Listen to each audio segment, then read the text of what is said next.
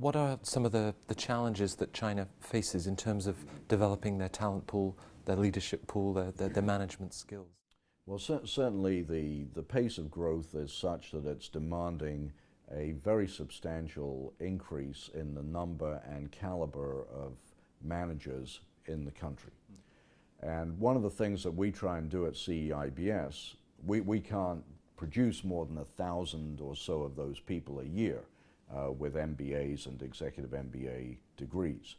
But what we can do is through our selection process, through our admissions process, is try and find the people who, if given the opportunity to do that degree at CEIBS, will end up having a fantastic economic development impact on the country, because they'll develop themselves as leaders here on an accelerated basis and then go out and really make a difference in China. And so that's the way in which we measure impact, is more through the work and deeds of our alumni rather than the number of people we graduate with degrees. Right. And when you look at our alumni base, and I know that that's very important for many MBA applicants, what kind of curriculum, but also what's the alumni network that I'm going to be a part of. So we have 12,000 or so alumni at the moment from CEIBS. And of that 12,000, approximately 10% are chief executives, presidents, or chairmen of Chinese enterprises. And that makes for a very, very powerful alumni network that can be of great benefit to incoming and graduating students. The London Business School and the Harvard Business School both place a lot of emphasis on leadership development. Are those developmental needs different here, or is it something that they can learn from the West, or they have their own approach? So I think if you look at the skill sets that are strong and that are weak in the China applicant pool, I think you would say that Chinese applicants are typically stronger on what we call the hard skills than they are on the soft skills. So typically Chinese students, Chinese applicants are pretty good in math relative to the rest of the world. Right. And that means that they're pretty good in finance, they're pretty good in economics, they're pretty good in accounting. But where perhaps they're not quite so good, if I can generalize, is in marketing and strategy, but especially in leadership, change management, human relations management, those kinds of areas that we perhaps misguidedly refer to as soft skills, which are often the hardest skills of all to learn how to do well. So that's, I think, particularly where a school like CEIBS can add a lot of additional learning and support for our students, because we have outstanding faculty from outside of China as well as from China. So approximately half of our faculty are from China, half non-Chinese, just as on the MBA program, approximately half of the students are Chinese, half are non-Chinese. And it's the opportunity for synergy, for bridging, for cross-learning, for deeper cultural understanding, all of those things that are very important to the development of human capital in management terms. All of that can be had in spades if you come to CEIBS. Right. In the admissions process, you encourage a level of self-reflection and the idea that we can all learn from our mistakes. Looking back on your own career, a mistake that you have learned, and perhaps what you've learned from it? Right.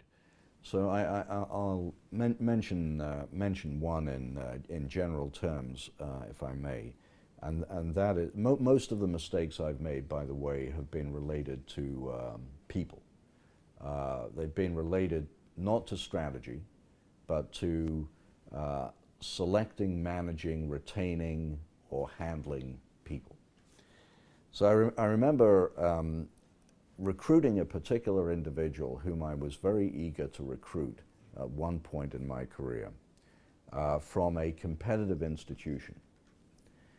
And I recruited successfully, and the individual came, and then within a very short period of time, it was clear that this individual was simply not going to fit into the organization, that he was antagonizing people, not listening to people, and making grandiose statements about what should be done without having thought about it or listened sufficiently.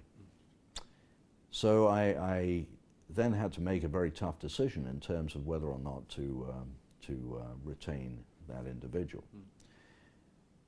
But what I learned on reflection from that is that when I look back on interviewing this person, I actually didn't interview him. What I did was extract or delight in the fact that he was giving to me information about the competitive institution. So I was learning an awful lot in this interview, but I wasn't actually interviewing the person for my institution. It was like a competitive analysis. And so, you know, I think in that particular case also I learned a lot about the need to never shortchange having someone meet with multiple other people in the organization, that your judgment is not to be taken as the 100% decision, because you may have an agenda that you're trying to a problem you're trying to solve urgently, but someone else who dispassionately does not have that problem can take a much more objective view of the interviewee. One last question for you. You've enjoyed a distinguished career and clearly enjoying the latest chapter here in Shanghai. If you hadn't been a business school professor and now a dean, going back, what else would you like to be? Well, that's a tough question. I actually probably would have been a journalist. In fact, I was very much oriented to that direction. Because I ran or edited the university newspaper at Oxford for a while, and that was often a track, a route through to being recruited by one of the top publishing houses or the top broadcasting houses in the UK. So I probably would have gone that route, but as it turned out, when I was editor of the university newspaper, I, for the first time, really was exposed to the world of business, because I discovered, curiously enough, you actually had to sell newspapers or sell advertising in order to bring in revenue to enable you to print what you wanted to say. That's the commercial reality of that business. And so I actually became very much more interested at that point in the managerial side of idea dissemination rather than the idea generation, if you will.